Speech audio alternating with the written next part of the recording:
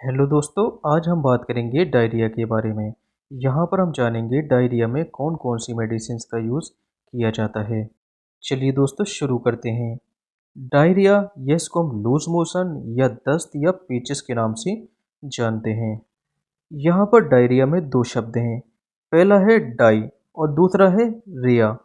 तो डाई मतलब होता है डबल और रिया मतलब होता है बहाव या बहना। अगर स्टूल डबल फ्रीक्वेंसी से पास होता है तो इसको हम डायरिया के नाम से जानते हैं।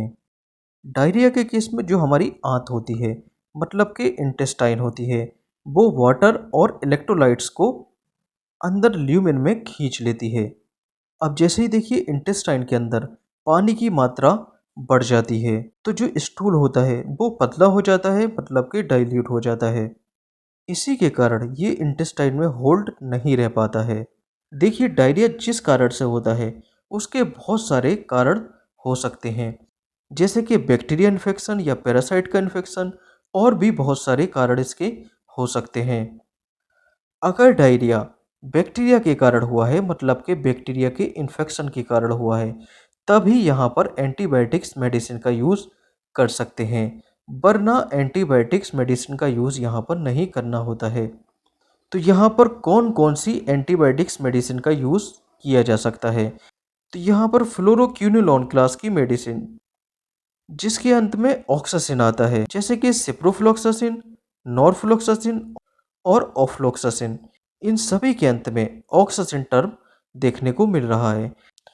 तो यहाँ पर इनमें से कोई एक मेडिसिन यूज़ की जा सकती है, या फिर एंटी प्रोटोजोअल एंटीबायोटिक्स मेडिसिन, जैसे कि मेट्रोनिडाजोल, टिनिडाजोल, टिनिडाजोल और निडाजोल, या इनमें से कोई एक मेडिसिन यूज़ की जा सकती है, या फिर इन दो मेडिसिन का कॉम्बिनेशन, जैसे कि ऑफ्लॉक्स ओजेट।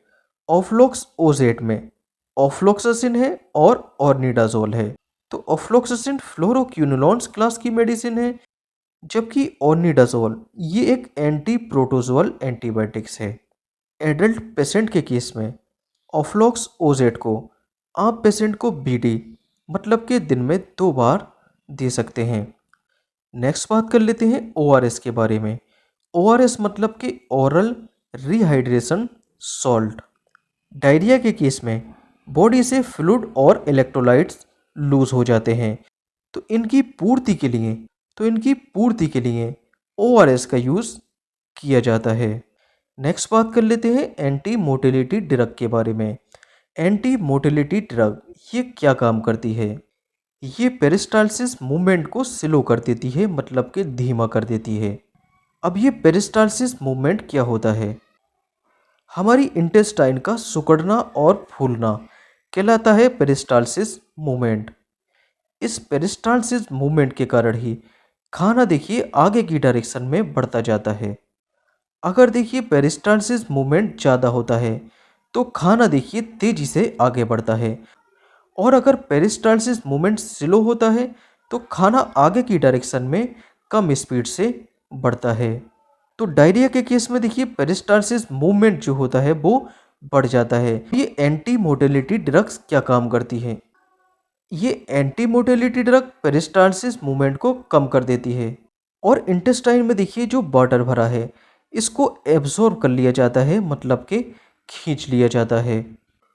तो यहाँ पर जो फूड मटेरियल होता है वो थिक हो जाता है, गाढ़ा हो जाता है। तो लोपिरामाइड जो होती है वो एंटी मोटिलिटी ड्रग होती है। तो लोपिरामाइड को एडल्ट केस में शुरुआत में देखिए 4 मिलीग्राम देते हैं, उसके बाद 2-2 मिलीग्राम 2 टाइम आप दे सकते हैं। मतलब कि एक दिन में शुरुआत में 4 मिलीग्राम, उसके बाद 2 मिलीग्राम और उसके बाद 2 मिलीग्राम, ये डोज एक दिन में आप दे सकते हैं। नेक्स्ट बात कर लेते हैं एंटी सिक्रेटरी ड्रग। तो ये मेडिसिन इंटेस्टाइन में सिक्रीशन को घटा देती है, मतलब कि कम कर देती है, और एब्सॉर्प्शन को बढ़ा देती है।